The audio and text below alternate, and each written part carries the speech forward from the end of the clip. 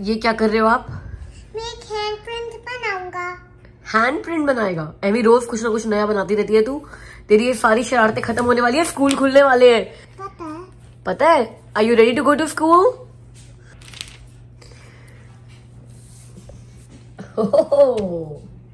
बस बस एमा ये अपनी टी शर्ट पे भी लगा सकते हो, किसी व्हाइट टी शर्ट पे अपने हैंड प्रिंट लगा सकते हो। इस पे नहीं दिखेगा, बट कोई व्हाइट प्लेन टी शर्ट लेकर आऊंगी मैं आपके लिए, उस पे अपने हैंड प्रिंट्स लगा सकते हो, ठीक है? ये क्या कर रही है? ये उंगली बना रही है जो सही नहीं बनी थी। अच्छा एमी, सभी लोग पूछ रहे थे कि एमी ने वो रॉक कैसी बनाई है, वो पूरी तो दिखाओ। ठीक है, मैं आपको लेटर दिखा दूंगा। पहले मेरे को अपना हैंड फिनिश करने दो। वो पहले अच्छा लग रहा था, ये तो अब नकली नकली लग रहा है एमी। अब ये एमी का हाथ नहीं लग रहा, अब तो किसी मॉन्स्टर का हाथ लग रहा है। कैसे? दिखाओ। ओ, एमी ने तो इंडिया का फ्लैग बना दिया। पीछे पैटर्न है। ओके चलो, पीछे पैटर्न है और आगे इंडिया का फ्लैग है। दिखाओ इंडिया का फ्लैग दिखाओ। आपने तो अशोक का चक्र भी बना दिया बीच में ब्लू कलर का। Nice, very good. तो ये बन गया रॉक।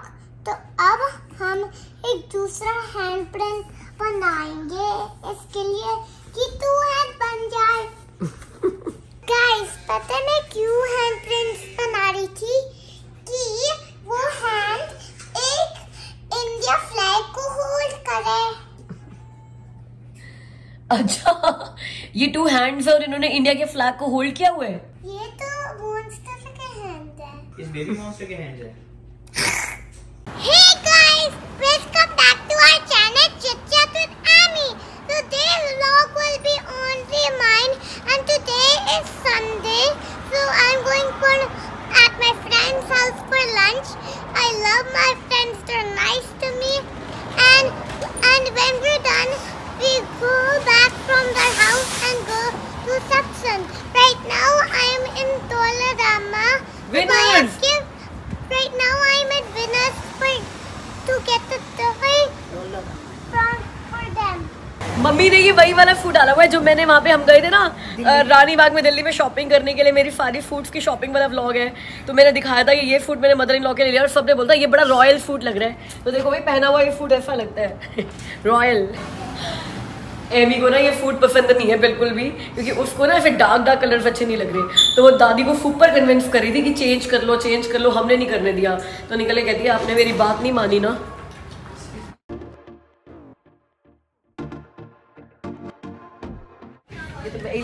हम यहाँ कुछ भी लेने आए, शिल्पा अपने सेक्शन में घुस जाती है।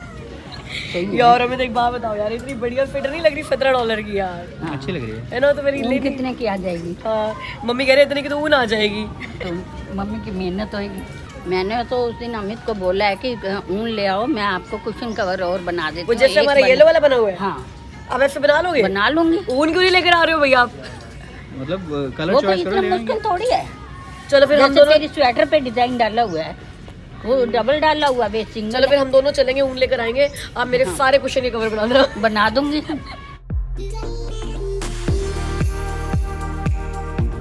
चप्पल तो वो सामने पड़ी है, अगर सॉफ्ट वाली लेनी है तो। नहीं, जैसे कहीं अंदर बाहर जाने वाली, जैसे मेरी ये चप्पल है, ऐसी कोई चप्पल अगर मम्मी के लिए भी मिल जाए तो। ये तो MK की है, फिर MK से लेके दो। तो यहाँ पर भी MK की सामान मिल जाते हैं भाई, ऐसी बात नहीं है। ये विनर्स है, तो दुबई से लेती थी, दुबई से हमारे को भी आए हुए 5 साल हो गए। ये पहन कर देखो, 9 नंबर है यार ये, बट देखना पहन कर देखना। नहीं 6 नंबर है, गलती से 9 लिखा हुआ है इन्होंने। थोड़ी कंफर्टेबल भी तो होनी चाहिए ना आगे पीछे। देखो एक बार काप बड़ी है, देखा ना मैंने। आप बताओ, ठीक लग रही है आपको? अच्छा तो ठीक लग रही है। ठीक नहीं लग रही? ये लॉक साथ ही रहेगा, ये ध्यान रखना। लोग साथ ये ले जाओ अपने घर के लिए। ले लो, अच्छा लग रहा है यार। जरूरी थोड़ी बच्चों के लिए कुछ देना, कुछ घर के लिए भी दे सकते हैं। हमें ये देखना उसको आ भी जाएगी, मतलब बड़ी वो पतली है और ये भी पतली सी ड्रेस है। कैसी लगेगी विभूति के लिए? जंपसूट है। हाँ, ठीक लगेगा, अच्छा लगेगा, है ना? हाँ। तो यहाँ पे अगस्त में सेल लगी थी शुरू में, मतलब 11 August was the last day, मुझे मेरी सब्सक्राइबर ने बताया। तो सुपर क्लियरेंस में सेल लगी हुई थी। क्यों? अब देखो कपड़ों में सारा विंटर का सामान आ गया, सारा विंटर का सामान। समर्स गए, अब समर से कपड़ों की भी शॉपिंग नहीं हो सकती।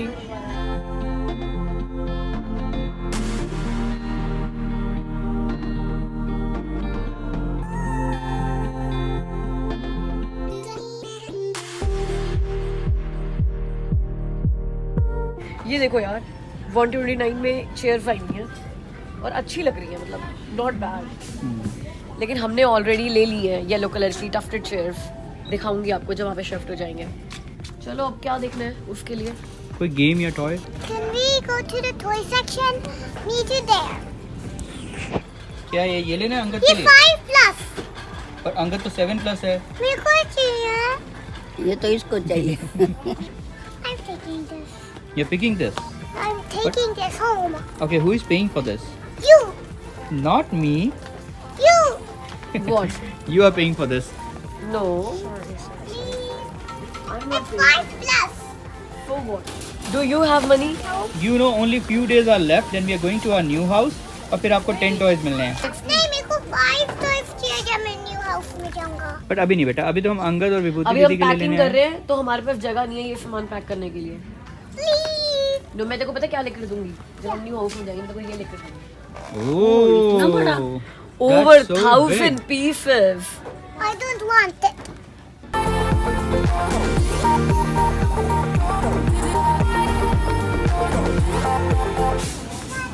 Please buy this from you by paying it for me. I'm not paying for you. I don't even have money. No, you do. What? I'm I- gonna check your pockets. No, that's not good, Amy.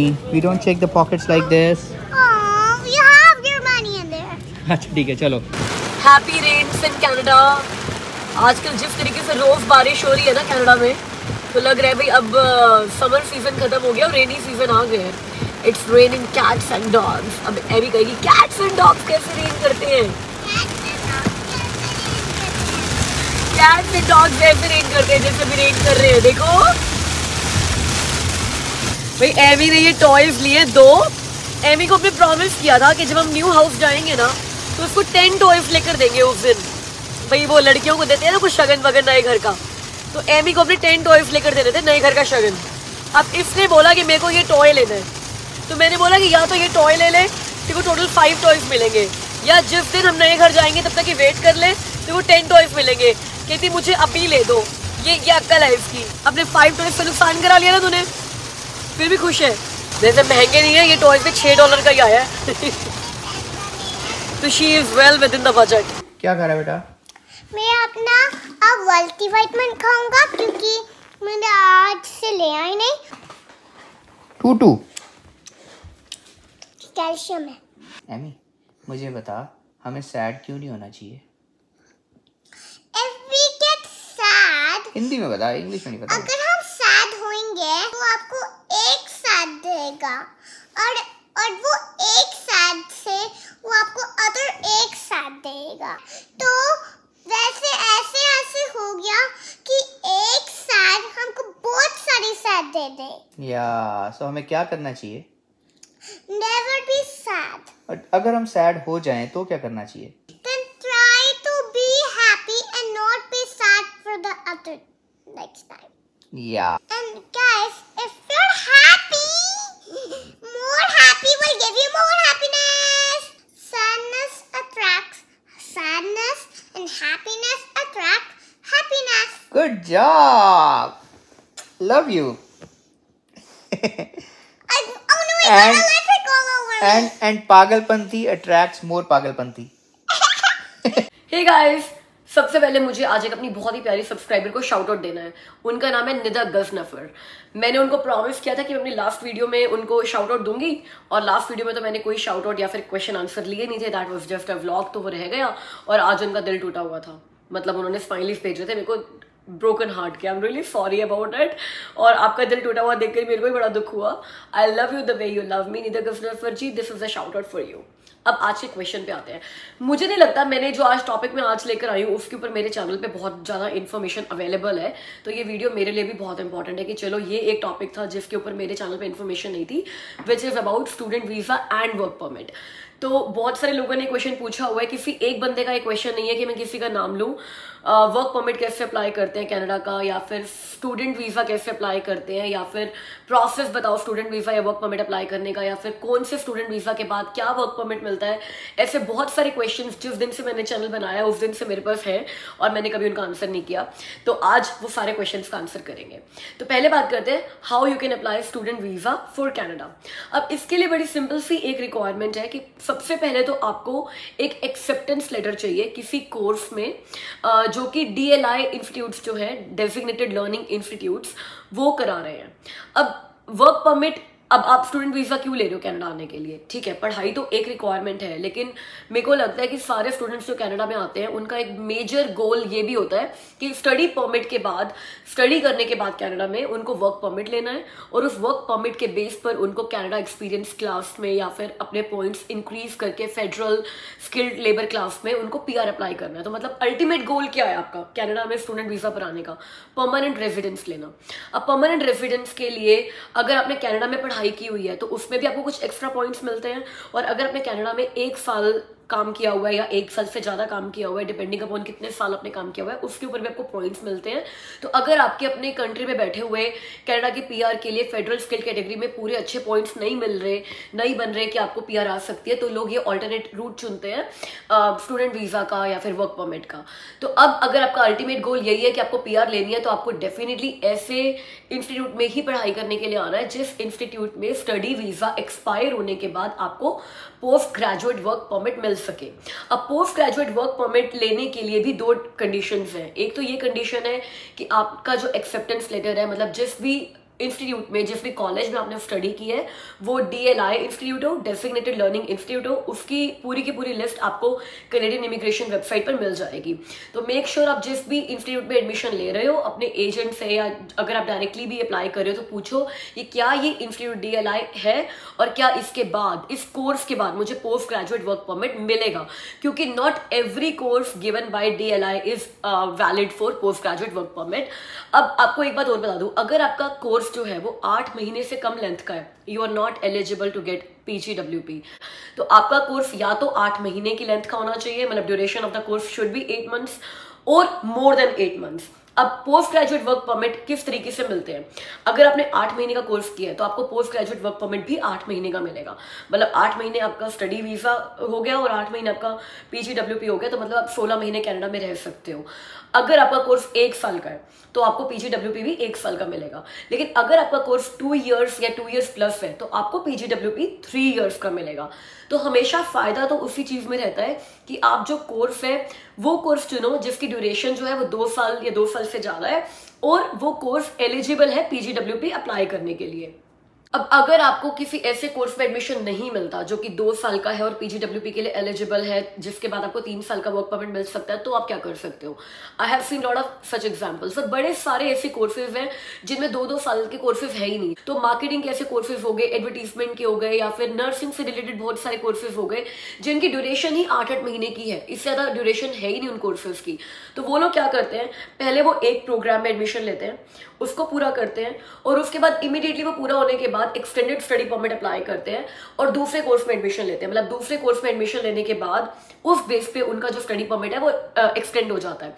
अब मान लो आपने 2 courses कर लिए, एक course आपका 8 महीने का था और एक कोर्स आपका 1 साल का था, तो टोटल आपने कितने महीने की स्टडी कर ली कनाडा में? 18 महीने की।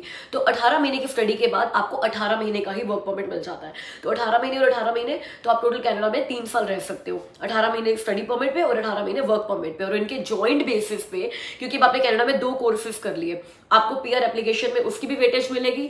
और आपका, अब जरूरी नहीं है कि अगर आपका 18 महीने का वर्क परमिट है तो आपको पूरे 18 महीने जॉब रहे आपकी, उसके बेस पर आप PR अप्लाई कर दो कैनेडियन एक्सपीरियंस क्लास में। कैनेडियन एक्सपीरियंस क्लास में आप सिर्फ तभी अप्लाई कर सकते हो PR अगर आपने नॉक O, नॉक A और नॉक B में ही जॉब की हो during your post graduate work permit, और एटलीस्ट आपने जॉब 1 साल तक की हो। अब कई लोगों को नॉक O, नॉक A या नॉक B में जॉब लेने में 6-6, 7-7 महीने लग जाते हैं। So it is very very advisable कि आपका वर्क परमिट डेफिनेटली 1 साल से ऊपर हो। अगर आप 8 महीने का कोर्स करके 8 महीने का ही वर्क परमिट ले रहे हो तो फिर आप देखो कैनेडियन एक्सपीरियंस क्लास में अप्लाई करने के लिए एलिजिबल भी नहीं हो गया, बिकॉज 8 महीने के वर्क परमिट पर आपका 1 साल का एक्सपीरियंस तो होगा ही नहीं। अब एनओसी क्या होता है, नॉक क्या होता है? Knock is national occupation codes. मतलब ये भी आप कैनेडियन इमिग्रेशन की वेबसाइट पर जाकर चेक कर सकते हो कि कुछ प्रोफेशंस हैं जो कैनेडियन गवर्नमेंट ने नॉक में डिवाइड किए हुए हैं। तो नॉक ओ में कुछ तरह के प्रोफेशंस आते हैं, नॉक ए में कुछ तरह के प्रोफेशंस आते हैं, नॉक बी में कुछ प्रोफेशंस आते हैं। आपका जो वर्क एक्सपीरियंस है वो इन्हीं 3 कैटेगरीज में ही होना चाहिए, और उन कैटेगरीज में कौन कौन से प्रोफेशन आते हैं उनकी लिस्ट भी आप कैनेडियन इमिग्रेशन वेबसाइट पर देख सकते हो। लिंक जो है नॉक का भी और पूरे प्रोसेस का भी वो मैं डिस्क्रिप्शन बॉक्स में डाल दूंगी, ठीक है। तो अब इस तरीके से आप अपना post graduate work permit sorted कर सकते हो। अब रिक्वायरमेंट बात कर रहे थे हम कि ये तो एक रिक्वायरमेंट होगी कि आपको डेजिग्नेटेड लर्निंग इंस्टीट्यूट में उस कोर्स पे एडमिशन लेना है जो कि कोर्स एलिजिबल है आपको पीजीडब्ल्यूपी देने के लिए। एक्सेप्टेंस लेटर चाहिए आपको डीएलआई से। तो एक बार आप किसी एक प्रोग्राम में एक्सेप्ट हो गए हो डीएलआई के, जिससे आपको वर्क परमिट मिल सकता है। इसके अलावा आपको लेटर ऑफ एक्सप्लेनेशन चाहिए, which is very very very important. बहुत सारे स्टूडेंट वीजा ना रिजेक्ट हो जाते हैं, और वो इसलिए रिजेक्ट हो जाता है बिकॉज उनका लेटर ऑफ एक्सप्लेनेशन अच्छे से नहीं बना होता।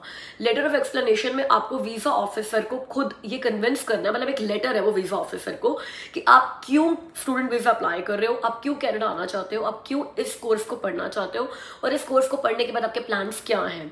तो ये है लेटर ऑफ एक्सप्लेनेशन, जिसमें आप उनको अपने कोर्स के बारे में बताओगे, अपने बैकग्राउंड के बारे में बताओगे, आपके गोल्स के बारे में बताओगे, और आप वीजा ऑफिसर को कन्विंस करोगे that yours is a very genuine application.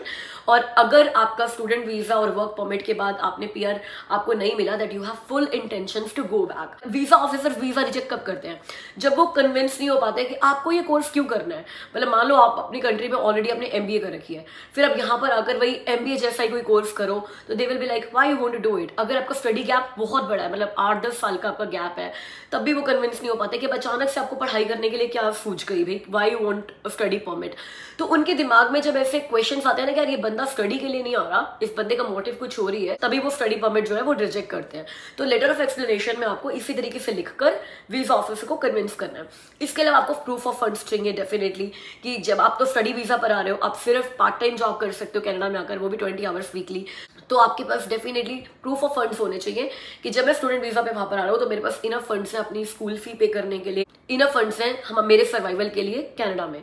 अब वो होता है $10,000 अगर आप अकेले स्टूडेंट आ रहे हो। अगर आप अपने स्पाउस के साथ आ रहे हो तो उनके $4,000 एडिशनल हो गए, और अगर आपके पास बच्चा भी और आप उस बच्चे के साथ भी आ रहे हो, मतलब अकम्पनिंग चाइल्ड, तो उसके $3,000 हो गए। तो हस्बैंड वाइफ और एक बच्चा, जिसमें से एक बंदा स्टडी वीजा पर आएगा, आपको $17,000 के फंड्स दिखाने हैं वीजा ऑफिसर को at the time of the application. इसके अलावा आपको वो GIC सर्टिफिकेट भी चाहिए होता है, वो आपको कैनेडियन बैंक से मिल जाएगा। आपको अप्लाई करना होता है कैनेडियन बैंक से GIC, और ये डॉक्यूमेंट्स रहेंगे। और एप्लीकेशन फॉर्म, जो आप स्टूडेंट वीजा के लिए एप्लीकेशन फॉर्म भरोगे, तो ये सारी फाइल बनाकर आप ऑनलाइन ही आप स्टूडेंट वीजा अप्लाई कर सकते हो। अब बात करते हैं ओपन वर्क परमिट की। ओपन वर्क परमिट आपके स्पाउस को मिल सकता है, जो भी स्टूडेंट वीजा पर आ रहा है कनाडा में, उनके स्पाउस उस ड्यूरेशन के लिए, मतलब जितना भी आपका स्टडी प्रोग्राम है, मान लो आपका 2 साल का स्टडी प्रोग्राम है, तो आपके स्पाउस को 2 साल का ओपन वर्क परमिट मिल जाएगा। आपका 1 साल का स्टडी प्रोग्राम है तो आपके स्पाउस को 1 साल का ओपन वर्क परमिट मिल जाएगा।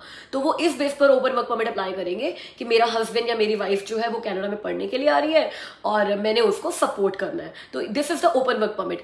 आजकल एक और चीज मैं बताती हूँ आपको, एक पब्लिक पॉलिसी है कि जिन लोगों का पोस्ट ग्रेजुएट वर्क परमिट सितंबर 21, 2021 मतलब लास्ट ईयर से लेकर 31 दिसंबर 2022 इस बीच में एक्सपायर हुआ है या एक्सपायर हो रहा है, मान लो आपके पास पोस्ट ग्रेजुएट वर्क परमिट है, चाहे आपका पोस्ट ग्रेजुएट वर्क परमिट 1 साल का था, अगर वो इस साल 31 दिसंबर 2022 से पहले एक्सपायर हो रहा है, you are eligible to apply for open work permit of 18 months. तो ये पूरा टाइम ऐड हो जाएगा आपके कनाडा एक्सपीरियंस क्लास के टाइम फ्रेम में, जो कि हेल्प करेगा आपको पीआर अप्लाई करने के लिए। तो गाइज, अगर आपको लग रहा है कि पीआर अप्लाई करने के लिए प्रॉपर स्कोर नहीं बन पा रहा, आजकल तो स्कोर बहुत ही ऊपर जा रहा है, तो एज अ स्टूडेंट कनाडा में आना भी आपके लिए एक बहुत अच्छा ऑप्शन हो सकता है। आप भी आ सकते हो और आप अपने साथ अपने स्पाउस और बच्चे को भी ला सकते हो। आप पढ़ाई कर सकते हो, आपके स्पाउस ओपन वर्क परमिट पे यहाँ पे काम कर सकते हैं और आपका बच्चा कैनेडियन स्कूल में जा सकता है फ्री ऑफ कॉस्ट। तो आज की वीडियो के लिए इतना ही। आई गेस आपके जितने भी क्वेश्चंस थे स्टूडेंट वीजा से रिलेटेड एंड वर्क परमिट से रिलेटेड, उनके आंसर्स आपको मिल गए होंगे। और उसके बाद भी अगर कोई क्वेश्चन है तो प्लीज मुझे कमेंट्स में जरूर बताइए, मैं उसका आंसर जरूर दूंगी। अगर वीडियो को यहाँ तक देखा है तो प्लीज लाइक कर देना वीडियो को, कमेंट्स करते रहिए, मुझे आपके कमेंट्स पढ़ना बहुत अच्छा लगता है। कोई और क्वेरीज है जो कि मैं क्वेश्चन आंसर सेशन में ले सकती हूँ अपनी वीडियोज में, तो प्लीज मुझे कमेंट करके बताइए, मैं जरूर लूंगी आपका क्वेश्चन। और अब मुझसे मिलिए कल की वीडियो में, तब तक के लिए अपना ध्यान रखिए, बाय।